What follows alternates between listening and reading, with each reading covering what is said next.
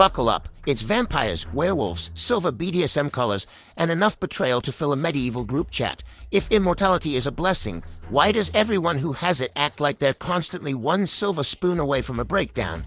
Anyway, today we're diving into Underworld, Rise of the Lycans, or as I like to call it, Game of Thrones. But everyone's shirtless and allergic to daylight. It's a movie where the plague creates immortals, bats create vampires, wolves create Lycans, and logic commits suicide in the first 5 minutes. My god, I love this craziness. So, a plague wipes out villages like a bad Yelp review, but one guy, Alexander, survives because his body decides to make plague into protein powder. Okay, cool, so now he's immortal, because science. And then his kids turn into literal mythological creatures. Marcus gets bitten by a bat and becomes Dracula's granddaddy, and William gets bitten by a wolf and decides humanity is for losers. Because yes, that's how genetics works. It's called plot science. Look it up or ask Neil deGrasse Tyson. William lost his humanity. Oh no, not the humanity we never established in the first place. Victor, who's basically a vampire Elon Musk with a sword, tries to catch William like he's chasing a rabid dog with a vendetta. Spoiler, he fails, repeatedly, until Marcus steps in like, what if we made an army of undead soldiers using my blood? And Victor goes, yeah, this is fine. Because logic took the day off. But wait, Marcus begs Victor not to kill his wolf brother William, and Victor is like, ugh, fine, I'll just chain him in a vampire dungeon forever. That won't backfire at all. Plot twist. It does. Victor imprisons a werewolf and is like, oops, this one gave birth. Enter Lucian, a magical child who's apparently born with six-pack abs and the ability to bench press adult man at 10 years old. Every organ in Victor's body screams, kill it with fire, but instead he's like, you know what, let's weaponize the child. Victor slaps a silver collar on him and makes him the CEO of Werewolf Workforce. They guard the castle by day and dig for gold by night. Because apparently this is a Lycan slavery vampire mining operation, and I genuinely want to know who wrote this, and if they were okay. To the vampires, they were less than animals. Right.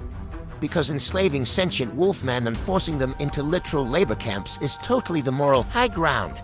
Enter Sonya, vampire princess, Lucian's childhood friend. They fall in love because reasons, probably because they're the only two characters with facial expressions. When Sonya is attacked by werewolves, Lucian shows up, key in hand, collar unlocked, plot armor engaged. Victor finds out and throws the kind of tantrum that screams, I peaked in vampire high school. He whips Lucian with a silver whip because subtlety is dead, and Lucian uses that trauma as motivation to start a rebellion. We're not animals, we can be Lycans. Yes, the Magneto monologue, but make it furry. Lucian tries to escape, Sonya helps, but surprise!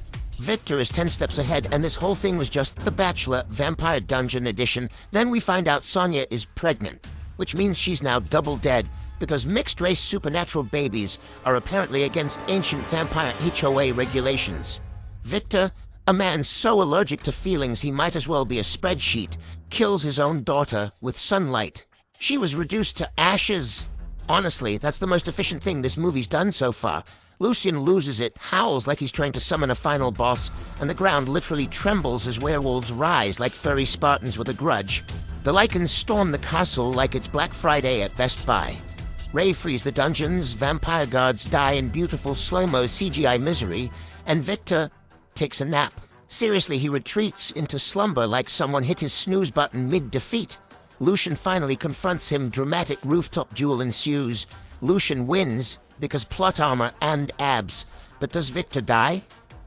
Victor survived, entering a state of deep slumber. Of course he did. Because villains in this franchise respawn faster than Wi-Fi in a Starbucks.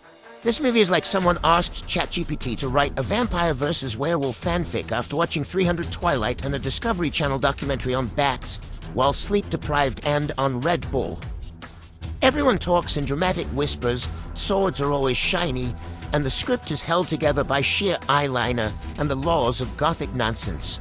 I give Underworld Rise of the Lycans 3 out of 5 silver BDSM collars, with a bonus point for dramatic werewolf roars and unhinged vampire parenting. Because sure, why not? Physics is just a suggestion.